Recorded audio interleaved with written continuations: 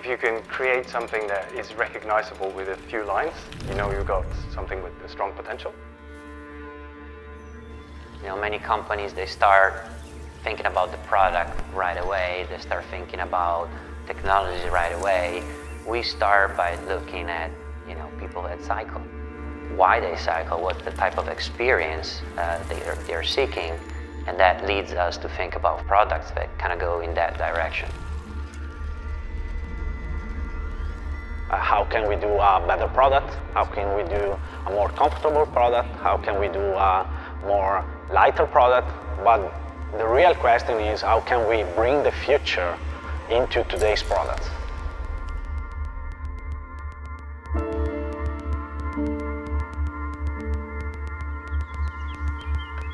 In a traditional linear process, usually the prototypes are done toward the end of the process to express manufacturability.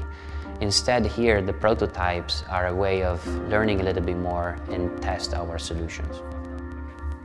You spend less time working on a clean sheet of paper than you used to do before. There's many more tools you have at hand now, which means you need to be flexible as a designer. You need to learn new ways of working all the time. So the fact that we are doing so many iterations of product prototypes, that means we rely so much on external feedback.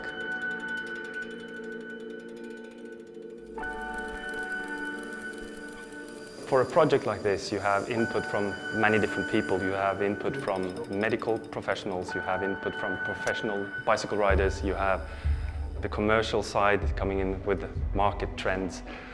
Then you have the engineers with their technical and feasibility input, and it takes a long time just to understand what all these people talk about, because they talk in very different ways and you have to listen to them in different ways. Your job as a designer is to try to compile that into a shape. Collaboration is everything. Every feedback I get from the riders or the mechanics is very important to improve the products.